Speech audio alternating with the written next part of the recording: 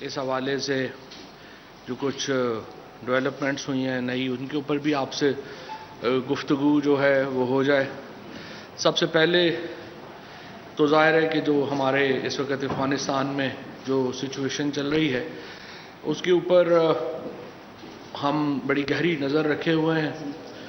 Evacuation میں جو پاکستان نے کردار ادا کیا ہے پوری دنیا اس کی معترف ہے، اور آپ نے دیکھا ہے پاکستان انٹرنیشنل ایئر لائن کے اوپر جن لوگوں نے بین لگایا کہ وہ ہمارے ملکوں میں فلانی وجوہات سے نہ آئے، اب وہ سارے ممالک PIA سے درخواستیں کرتے رہے کہ خدا کے لیے ہمارے لوگوں کو وہاں سے نکالیں۔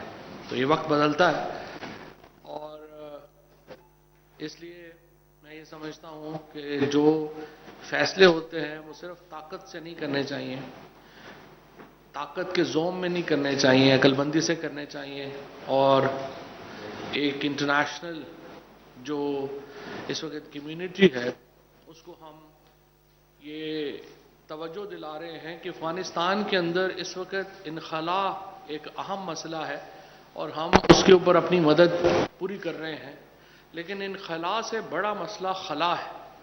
افغانستان کے اندر جو اس وقت ایک ایڈمنسٹریٹو انتظامی خلا ہے، اگر اس وقت عالمی طاقتوں نے اس کی طرف سے آنکھیں بند رکھیں تو اس کے نتیجے میں ایک بڑا بحران جنم لے چکا ہے، اور یہ بحران مزید بڑھتا جائے گا۔ آپ دیکھیے جس قسم کی وہاں پہ اس وقت شدت پسند تنظیموں نے جس طریقے سے وہاں کے اوپر کارروائیاں کی، اس کے نتیجے میں پوری دنیا کو، اور یہ خطرہ دیکھیے دنیا اتنی آپس میں جڑی ہوئی ہے کہ یہ خطرات صرف کسی ایک ریجن کے کسی علاقے کے نہیں ہیں، یہ خطرات پوری دنیا کے لیے ہیں، اور اس لیے بہت اہم ہے کہ دنیا ان خطرات کو سمجھے۔ پاکستان کے مشورے کے اوپر اگر پہلے عمل کیا ہوتا تو آج صورتحال بہتر ہوتی۔ آپ آج پاکستان کے مشورے کے اوپر عمل کریں، کل صورتحال بہتر ہوگی۔ اس تمام صورتحال میں اگر اور کسی ایک قوم کا جو انالیسز ہے، جو تجزیہ ہے، وہ بالکل درست ثابت ہوا ہے تو وہ پاکستان ہے۔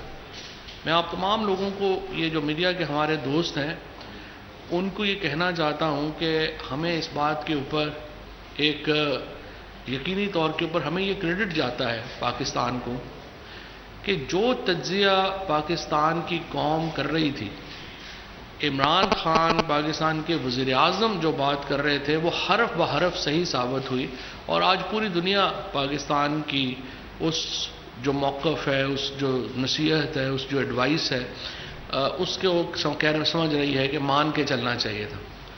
ہم اب بھی یہ سمجھتے ہیں کہ اس وقت دنیا جو ہے وہ افغانستان کے عوام کو تنہا نہ چھوڑے، انہیں ایبنڈن نہ کرے، اور انتظار نہ کرے کہ افغانستان بحیثیت ایک ملک کے نیچے گر جائے، یا ان کی ناکامی کا انتظار نہ کرے۔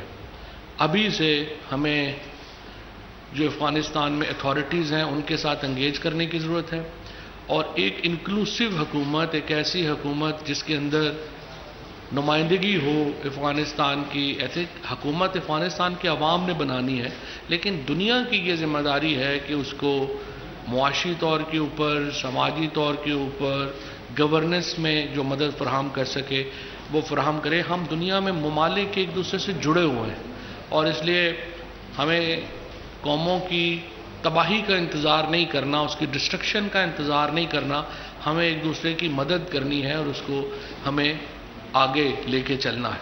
ابھی جو ہم نے اپنی 3 سال کی کارکردگی عوام کے سامنے رکھی، یہ صرف PTI ہے جو یہ کام کرتی ہے کہ اپنی آپ کو عوام کے کٹہرے میں پیش کرتی ہے، اور کہتی ہے کہ جی یہ 2018 میں یہ ہم تھے، یہ 2021 میں اب ہم یہاں پہ پہنچے ہیں، اور ایک پورے فیکٹس کے ساتھ آپ کے سامنے معاملہ رکھتی ہے۔ مجھے آپ بتائیے کہ کیا میڈیا کا یہ فرض نہیں بنتا کہ مراد علی شاہ صاحب سے بھی کہیں کہ آپ اپنی 13 سال کی کارکردگی تو ہمارے سامنے رکھیں؟ چلیں کوئی جھوٹا سچا کوئی اپنی منسٹریز میں بتائیں تو صحیح کہ 13 سال پہلے جب پیپلز پارٹی اقتدار میں آئی تھی تو سندھ کی کیا حالت تھی اور وہ کیسے بہتر ہوئی ہے۔ PMLN کو چاہیے کہ اپنی اپوزیشن کی 3 سال کی کارکردگی سامنے رکھے کہ انہوں نے کیا، تاکہ لوگوں کو ایک کمپیریزن تو ملے نا. یہ جو ہمارے اینکر 24 گھنٹے اس معاملے میں پڑے رہتے ہیں نیوٹرلٹی میں کہ حکومت کے اوپر تنقید ہوگی تو ہماری ریٹنگز جو ہیں وہ اس سے شاید اوپر جاتی ہیں. اسی لیے آپ نے دیکھا کہ پورے میڈیا کی ریٹنگز ہی گر گئی ہیں، کیونکہ لوگ پھر سنجیدہ نہیں لیتے. جب تک ہمارے جو پولیٹیکل پارٹیز ہیں ان کے اندر ایک امپورٹنٹ ہے کہ ایک تحقیق کے ونگز بنے. اپوزیشن صرف اس طرح کے اوپر کہ ہم آ کے ذرا باتیں کر لیں گے اور آ کے حکومت کو کنڈیم کر لیں گے تو وہ ہمارا میڈیا کے اوپر چل جائے گا، اس کے علاوہ تو ان کی کوئی سیاست نہیں. کبھی آپ نے سنا ہو کہ وہ آ کے کہیں کہ جناب یہ دیکھیے یہ بجٹ یہ غلط ہے، ہم آلٹرنیٹو بجٹ یہ دیتے ہیں. کبھی آپ نے سنا ہو کہ افغانستان کے اوپر ہماری پالیسی یہ ہونی چاہیے اور پاکستان کی پالیسی یہ ہے. آپ خارجہ پالیسی ہو، اقتصادی پالیسی ہو، کسی کے اوپر آپ کو کوئی فریم ورک نہیں ملے گا اپوزیشن کا کہ آخر ان کی پالیٹکس ہے کیا. کل ہمارے جو ساری اکانومی کے منسٹرز تھے انہوں نے پریس کانفرنس کی ہے اور انہوں نے آپ کے سامنے جو ہے وہ پوائنٹس رکھے ہیں.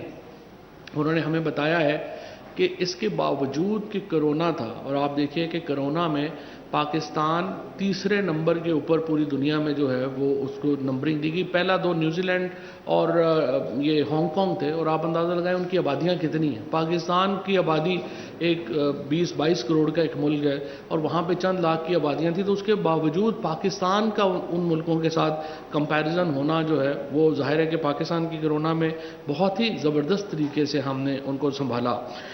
اس وقت جب ہم نے اقتدار سنبھالا تھا پاکستان کا کرنٹ اکاؤنٹ ڈیفیسٹ جو تھا وہ $20 بلین کے اوپر تھا. اب تو بڑے مہینوں میں تو پروفٹ میں رہا، ہم لوگ جو تھے وہ زیرو پہ تھا ہمارا خسارہ. اب آ کے چونکہ انڈسٹریل امپورٹس بڑی ہیں اور مشینری کی امپورٹ بڑی ہے تو اب جا کے ہم $1.8 ارب کے ڈیفیسٹ کے اوپر واپس آئے ہیں. زر مبادلہ کے ذخائر جو تھے وہ $16.4 ارب تھے جو اب بڑھ کر $27 ارب ہو چکے ہیں. ٹیکس کی وصولیاں 3800 ارب روپے تھیں، وہ اب 4700 ارب روپے کے اوپر پہنچ چکی ہیں. ترسیلات زر یعنی یہ جو بیرون ملک سے پاکستانی بھیجتے ہیں پیسے وہ 19.9 ارب تھی جو اب 3 سال میں بڑھ کے 29.4 ارب کے اوپر پہنچ گئی ہیں. صنعتوں کی نمو میں 18% اضافہ ہوا، سیمنٹ کی پیداوار میں 42% اضافہ ہوا اور زرعی شعبے میں 1100 ارب روپیہ کسانوں کو فالتو گیا. ابھی آپ نے دیکھا ہے OIC نے جس طریقے سے یہ کہا ہے کہ جو کانفیڈنس بڑھا ہے پاکستان میں بزنس کے 3 سالوں میں بزنس کانفیڈنس میں 108% اضافہ جو ہے وہ ہوا ہے. ابھی یہ جو سارے اشاریے ہیں وہ بتا رہے ہیں کہ پاکستان ایک استحکام کی طرف بڑھ رہا ہے، ایک معاشی استحکام کی طرف بڑھ رہا ہے، ایک سیاسی استحکام کی طرف بڑھا ہے اور انشاءاللہ تعالی خارجہ سطح کے اوپر بھی ہم جو ہے وہ استحکام میں بڑھ رہے ہیں. تو اس میں یہ جو PDM کا جلسہ ولسہ ہے کل یا جلسی شلسی یہ کر رہے ہیں، آپ دیکھیں گے کہ اس جلسے کے بعد پھر فضل الرحمان صاحب کچھ دنوں کے لیے بیمار ہو جائیں گے اور اس کے بعد سب سے پہلے میرا مشورہ یہ ہے شہباز شریف صاحب کو بھی کہ وہ جلسے کرنے کے بجائے پہلے نون لیگ کے اندر فیصلہ کریں کہ لیڈر کون ہے. آدھے لوگ مریم نواز کے پیچھے لگے ہوئے ہیں، آدھے لوگ آپ کے پیچھے لگے ہوئے ہیں. نواز شریف صاحب کو سمجھ نہیں آ رہا کہ انہوں نے شادیاں اٹینڈ کرنی ہیں یا انہوں نے سیاست کرنی ہے. لنڈن کے $1 ملین کے صرف جو لنڈن میں جو ایونٹ تھا ولیمے کا وہ $1 ملین سے اوپر کا تھا. ہمیں کوئی اعتراض نہیں ہے، شادیاں کریں ضرور کریں، ہمارے پیسوں سے تو نہ کریں نا. آپ پیسے ہمارے لے گئے ہیں سارے، پورا خاندان وہاں بیٹھا ہوا ہے، ایک نیا اپارٹمنٹ خرید رہا ہے. اب جی فلانے صاحب کی نواسے کی شادی ہوگی ہے، بہو کو ہم نیا اپارٹمنٹ لے کے دے دیں، نئی گاڑی لے کے دے دیں، نیا دفتر لے کے دے دیں. فلانے بیٹے کی شادی ہوگی ہے اس کو لے کے دے دیں. یہ کیا تماشا ہے؟ آپ پاکستان میں واپس آئیں، پاکستان کی عدالتوں کو فیس کریں، ہمارے پیسے ہمیں دیں، اس کے بعد آپ بیٹھیں چاہے جو مرضی آپ وہاں پہ شادیاں کرائیں یا کریں یا وہاں پہ اپارٹمنٹس لیں یا جو مرضی کریں، لیکن ہمیں جو ہے وہ اپنے جو پاکستان کے پیسے ہیں وہ واپس جو ہیں وہ ہمیں آپ کو کرنے ہوں گے. اس کے ساتھ ساتھ میں سمجھتا ہوں کہ جو سندھ حکومت نے 1900 ارب روپیہ وفاقی حکومت سے اب تک سندھ حکومت کو آیا ہے ان 3 سالوں میں سمجھتا ہوں کہ جو سندھ کی جو میڈیا ہے اسپیشلی ان کو ڈیفینیٹلی ان کو یہ کہنا چاہیے کہ آپ 3 سال کی پرفارمنس رپورٹ آپ کے سامنے رکھیں.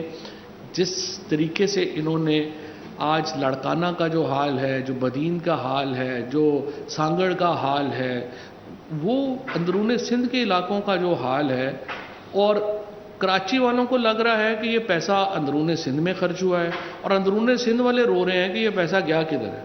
ایکچولی نہ پیسہ کراچی میں لگا ہے نہ اندرون سندھ میں لگا ہے۔ جو پیسہ سندھ حکومت کو دیا جاتا ہے وہ یا دبئی میں نکلتا ہے یا لنڈن میں نکلتا ہے۔ نہ پورا اس وقت جو سندھ کا صوبہ ہے ایک بحران کا شکار ہے، ایک مس مینجمنٹ کا شکار ہے۔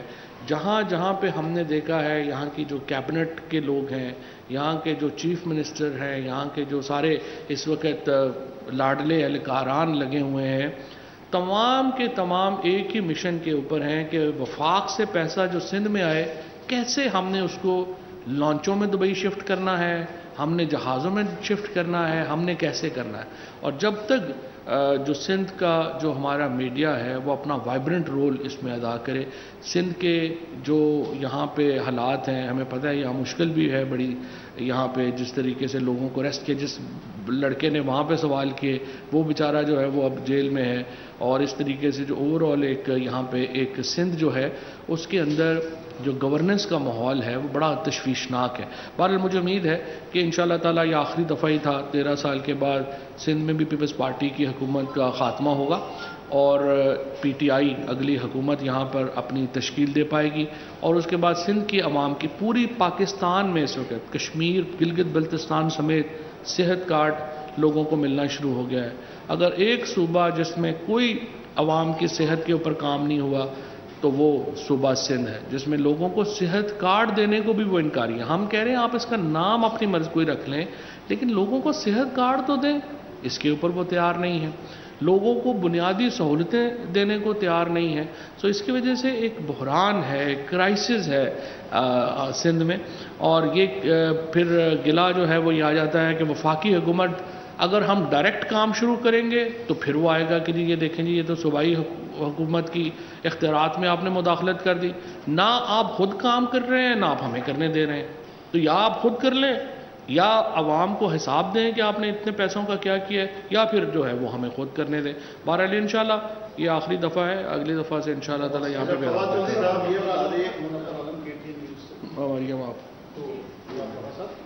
یہ بتائیں کہ پاکستان افغانستان میں کس قسم کی حکومت کی حمایت کرے گا اگر جمہوری حکومت وہاں باہر نہیں ہوگی اور خلافت آتی ہے؟ کس طرح عالمی طاقتوں کو اور پوری دنیا کو اس حوالے سے باور کرائے گا کہ عوام کو سپورٹ کیا جائے، اور کیا امیر المومنین تسلیم کریں گے؟ دیکھیے بات یہ ہے، افغانستان کے اندر حکومت بنانا پاکستان کا کام نہیں ہے، یہ افغانستان کے لوگوں کا کام ہے کہ وہ کس طرح کی حکومت وہاں پہ چاہتے ہیں۔ اس دوسرے ملک کا نظام میں اور آپ طے نہیں کر سکتے، یہ تو ان لوگوں نے خود کرنا ہے اپنا کیا نظام ہے۔ ہماری صرف خواہش یہ ہے کہ انکلوسیو حکومت ہونی چاہیے۔ اس افغانستان میں جو اس وقت ایتھنک دھڑے ہیں وہ بہت زیادہ ہیں، وہاں کی لسانی جو سیاست ہے وہ بڑی کمپلیکس ہے، بہت پیچیدہ ہے، اور اس میں جو اشرف غنی صاحب نے بھی یہی غلطی کی کہ انہوں نے ایکسکلوسیولی حکومت کرنے کی کوشش کی اور وہ نہیں کر سکے۔ تو جو طالبان حکومت اتھارٹیز ہیں ان کا اس وقت جو بیانات ہیں طالبان اتھارٹیز کے وہ کافی حوصلہ کن ہیں اس حوالے سے کہ وہ کہہ رہے ہیں کہ ہم ایک انکلوسیو حکومت ہی افغانستان میں بنانا چاہتے ہیں۔ باقی فارم کیا ہوگا، وہاں کا کانسٹیٹیوشن کیا ہوگا، یہ آپ کو اور میرا کام نہیں ہے اس کو طے کرنا۔ اچھا یہ بتا دیں فواد چودھری صاحب، یہ سوال ہے کہ ماشاءاللہ 3 سال آپ کے پورے ہو گئے، 4تھا سال شروع ہے، کراچی نے آپ کو بڑا اسپیس دیا۔ آپ سندھ کی بات کرتے ہیں تو کراچی سے بھی کئی وعدے آپ کی طرف سے کیے گئے، سندھ کے دیگر اضلاع کے ساتھ بھی کیے گئے، اعلانات بھی ہوئے 162 ارب 1100 ارب، لیکن جب وفاقی بجٹ دیکھتے ہیں تو اس میں کچھ بھی نظر نہیں آتا۔ تو یہ صوبائی اور وفاقی حکومت کی چپکل کب ختم ہوگی؟ 5 سال دونوں کے پورے ہونے والے، وفاق نے کراچی کو کیا دیا؟ دیکھیے پہلی بات تو یہ ہے کہ یہ تو درست بالکل ہی نہیں ہے کہ کراچی میں وفاقی، پہلی بات تو آپ کو سمجھنا چاہیے کہ نظام کیا ہے۔ نظام یہ ہے کہ پورے پاکستان سے ٹیکس کلیکٹ ہوتا ہے، اس کے بعد وہ ٹیکس آپ صوبوں کو دے دیتے ہیں اور وہ پیسے صوبوں نے آگے جو ہے وہ خرچ کرنے ہیں۔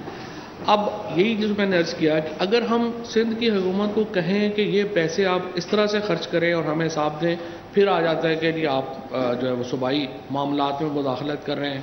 جب ہم نے ابھی تک اپنے جو ایم این ایز ہیں اور ہماری جو فیڈرل کمپنی ہے اس کے تحت ہم تقریباً اس وقت جو اوور آل سندھ میں ہم نے ان میں 1100 ارب روپیہ جو ہے وہ ہم نے مختص کیا ہے، اس کو لگانے میں بھی اب پرابلم ہے۔ اجازتیں دینا جو ہے، آپ دیکھیں پورے پاکستان میں اس وقت جو ہائی رائز بلڈنگز ہیں ان کے ہزاروں کیس پروسیڈ ہوئے ہیں۔ کراچی کے اندر جو ہے وہ چند 100 بھی نہیں ہو سکے، کیونکہ یہ جو کراچی کا ہر محکمہ لوگوں سے پیسے مانگنا شروع کر دیتا ہے۔ اس طرح تو نہیں ہوتا، آخر لاہور میں، اسلام آباد میں، پشاور میں، وہاں پر بھی تو اتھارٹیز بیٹھی ہوئی ہیں نا۔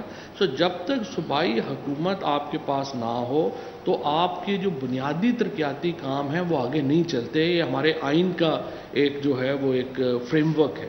اسی لیے میں سمجھتا ہوں کہ سپریم کورٹ کو آرٹیکل 140A کے اوپر عمل درآمد کرانا چاہیے، اور صوبوں میں یہ جو ابھی بھی الیکشن لوکل گورنمنٹ کے سندھ حکومت پلان کر رہی ہے، یہ تو فارس ہے۔ اس سے تو الیکشن نہ کرائیں آپ۔ سارا کنٹرول دیکھیں، پیسوں کا کنٹرول چیف منسٹر کے پاس ہوگا، ایڈمنسٹریشن کا کنٹرول چیف منسٹر کے پاس ہوگا، پلاننگ کا کنٹرول چیف منسٹر کے پاس ہوگا، تو ڈسٹرکٹ گورنمنٹس نے کیا کرنا ہے؟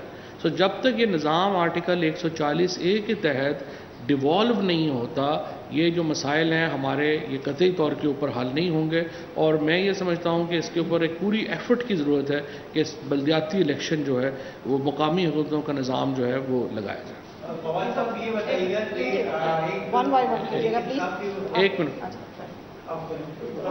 انخلا سعودی میں رہنے انخلا کے حوالے سے یقیناً پاکستان نے بڑا کردار ادا کیا، PIA بھی سر۔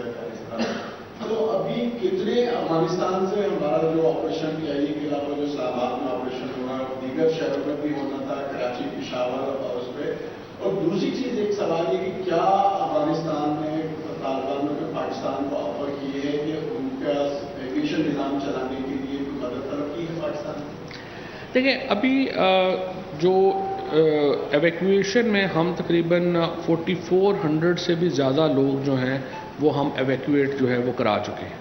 PIA نے اکیلے ہی تقریباً 2000 کے قریب لوگ جو ہیں وہ ایویکویٹ جو ہیں وہاں سے کروائے ہیں۔ اس کے علاوہ چمن سے تقریباً آپ سمجھیے کہ اب تک تقریباً کوئی 27,000 لوگ جو ہیں وہ پاکستان کے اندر جو ہے وہ آئے ہیں، تو رقم سے کم ہے۔ اب یہ جو فارنرز ہیں، ہمارے جو بارڈرز ہیں وہ ہم نے اوپن کیے ہیں for the international citizens who want to evacuate from Kabul. لیکن جو افغان شہری ہیں ان کا آپ کو معلوم ہے کہ طالبان اتھارٹیز نے ان کے لیے افغانستان چھوڑنے پہ پابندی لگا دی، تو وہ ان کو بھی جو ہے وہ ہم اکاموڈیٹ مطلب آئیں گے تو ویلڈ ویزے اور ان کے ڈاکومنٹیشن کے تحت آ سکتے ہیں۔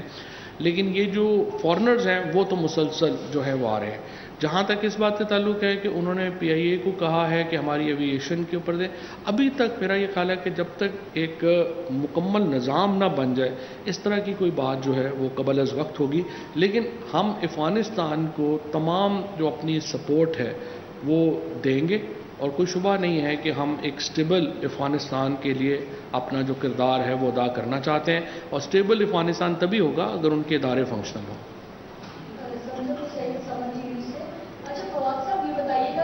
آپ کی پارٹی نے جو ہے اپنی 3 سالہ کارکردگی کا جشن منایا ہے، لیکن ان 3 سالوں میں جتنی مہنگائی ہوئی ہے اس نے عوام کو پریشان کر کے رکھ دیا۔ یہ بتائیں کہ کراچی والے PTI کی کس کارکردگی پر جشن منائے؟ دیکھیں، سب سے پہلی بات تو یہ ہے کہ یہ تو بالکل ہی درست بات نہیں ہے۔ ملک میں 27% اضافہ ہوا ہے مہنگائی میں، اور آمدنی میں اضافہ جو ہے وہ 37% ہوا۔ لہٰذا مہنگائی اس طرح تو لوگوں کو ہٹ نہیں کی ہے۔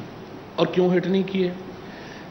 مختلف جو طبقات ہیں ان کے لیے مختلف جو ہے وہ صورتحال ہے مہنگائی کی۔ مثلا جو ہمارے کسان ہیں جن کو 1100 ارب روپیہ اضافی گیا ہے، اور 60% لوگ پاکستان کے ایگریکلچر سے وابستہ ہیں۔ جب آپ یہ کہتے ہیں کہ آٹا مہنگا ہو گیا ہے تو ساتھ آپ کو یہ بھی پھر بتانا چاہیے کہ گندم جو 1200 روپے کی تھی وہ 1800 روپے کے اوپر چلی گئی ہے، گنا جو 135 روپے کا تھا وہ 300 روپے کے اوپر چلا گیا ہے۔ اسی طرح سے جو مکئی ہے، اسی طرح سے جو باجرہ ہے، آم اس بار پاکستان کا ہسٹورک ایکسپورٹ ہے اس دفعہ آم کی، سٹرس کی پچھلے سال جو ہے وہ ہسٹورک ایکسپورٹ ہے۔ اور اسی لیے آپ کی جو موٹر بائکس ہیں ان کی خریداری میں ڈبل اضافہ ہو گیا، آپ کی جو گاڑیاں تھیں ان میں ڈبل اضافہ ہو گیا، ٹریکٹر آپ کے ڈبل اضافہ ہو گیا۔ سو ایگریکلچر اکانومی جس میں 60% لوگ جڑے ہوئے ہیں انہیں مہنگائی نے اتنا اثر نہیں کیا.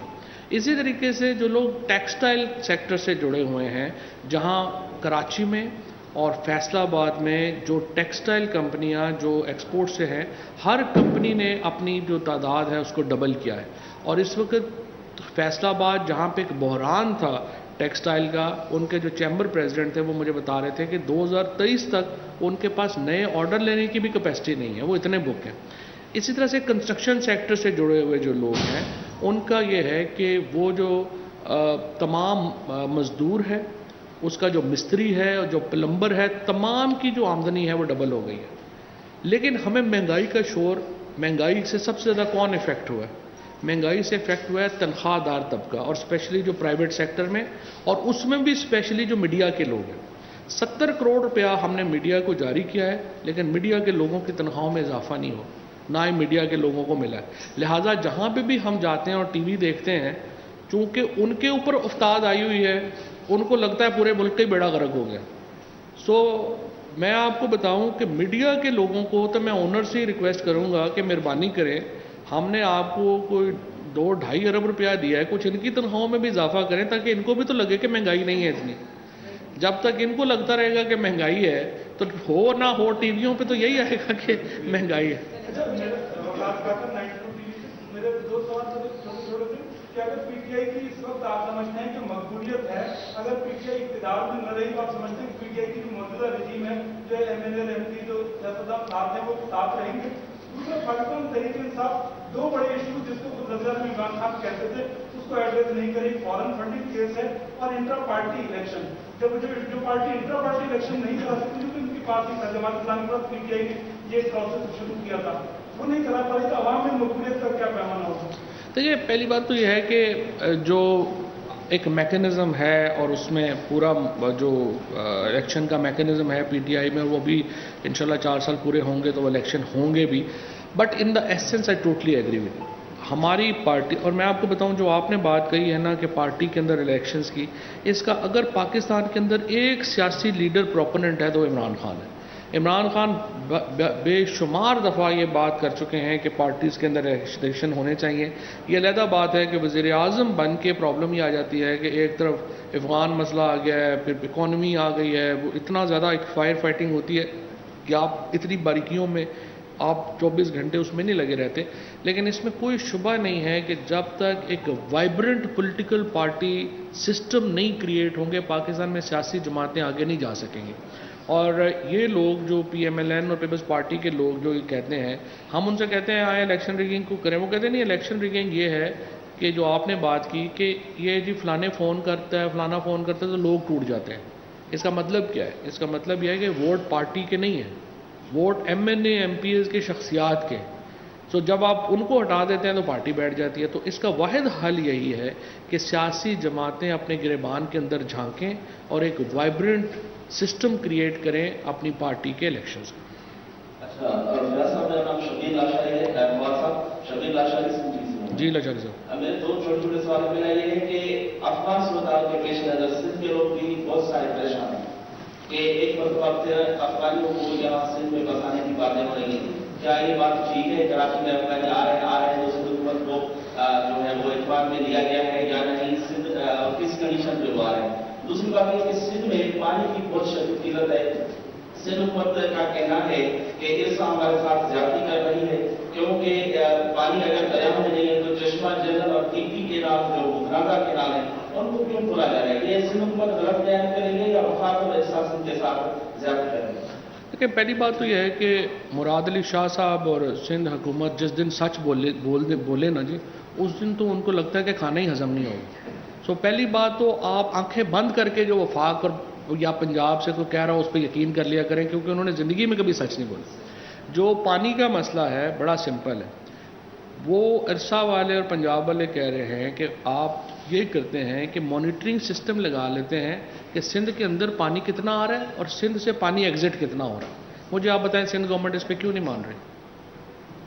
اگر وہ اپنا پنجاب والے اپنے پانی میں سے چاہے وہ 5 نہریں نکالیں وہ تو ان کا حصہ ہے، مجھے آپ بتائیں سندھ گورنمنٹ سے آپ کو پوچھنا یہ چاہیے کہ اس کے اوپر آپ کو اعتراض کیا ہے کہ وہ پنجاب سے جتنا پانی سندھ میں آ رہا ہے وہ مانیٹر ہو اور سندھ سے جتنا پانی آگے سمندر میں ایگزٹ ہو رہا ہے وہ مانیٹر ہو.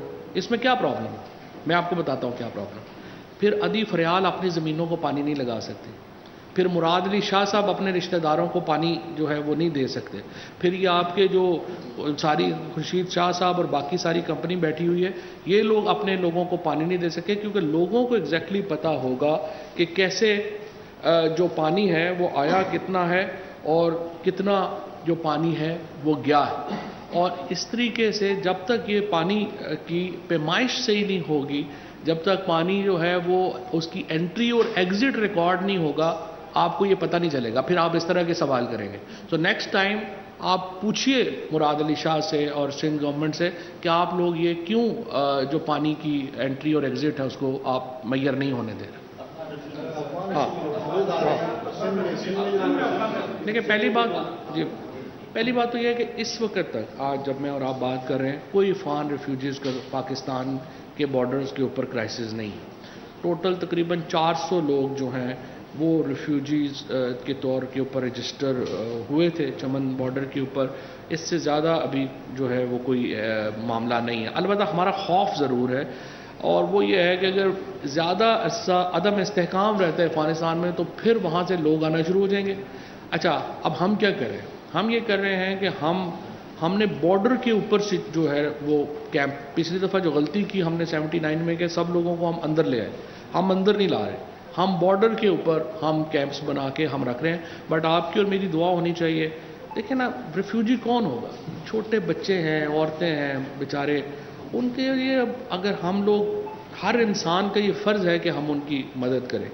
اور اسپیشلی جو افغانستان ہے ہمارا عقیدے ایک ہیں, ہمارے خاندان ایک ہیں, ہماری فیملیز ایک ہیں, ان کو سنبھالنا ہمارے لیے چیلنج ہوگا. لیکن یہ ہم تو نہیں کر سکتے کہ ہم کہیں کہ ہم نہیں کسی طریقے سے ان کی مدد نہیں کریں گے. ہم ان کی پوری مدد کریں گے بٹ اس دفعہ وہ 1979 ہم رپیٹ نہیں کریں گے.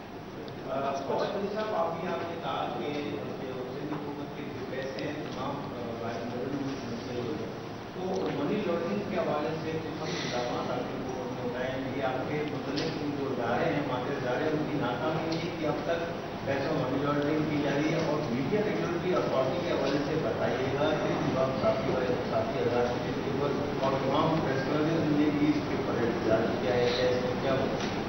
دیکھیں پہلی بات تو یہ ہے کہ یہ جو آپ نے سندھ حکومت کی جو بات کہی ہے, دیکھیں ابھی بھی یہ گورنر صاحب نے آج صبح ٹویٹ بھی کیے گا, عمران اسماعیل صاحب نے, اور انہوں نے بتایا کہ کس طرح سے یہ جو فیڈرل گورنمنٹ ہے یہ گرین بسز لا رہی ہے. اب 100% فیڈرل گورنمنٹ کا جو ہے یہ پروجیکٹ ہے. اور جو آپ آگے بات کر رہے تھے, اب فیڈرل گورنمنٹ کراچی کو ایک تو ہم پیسے دے رہے ہیں بجٹ میں, اس کے بعد ہم جب باقی اوپر سے پیسے دے رہے ہیں تو وہ ہم اپنا حصہ کاٹ کے کراچی کو دے رہے ہیں جس طرح کہ یہ پروجیکٹس کر رہے ہیں. تو ہم جو کر سکتے ہیں وہ تو جو ہے وہ ہم اس کو جو ہے وہ کر رہے ہیں.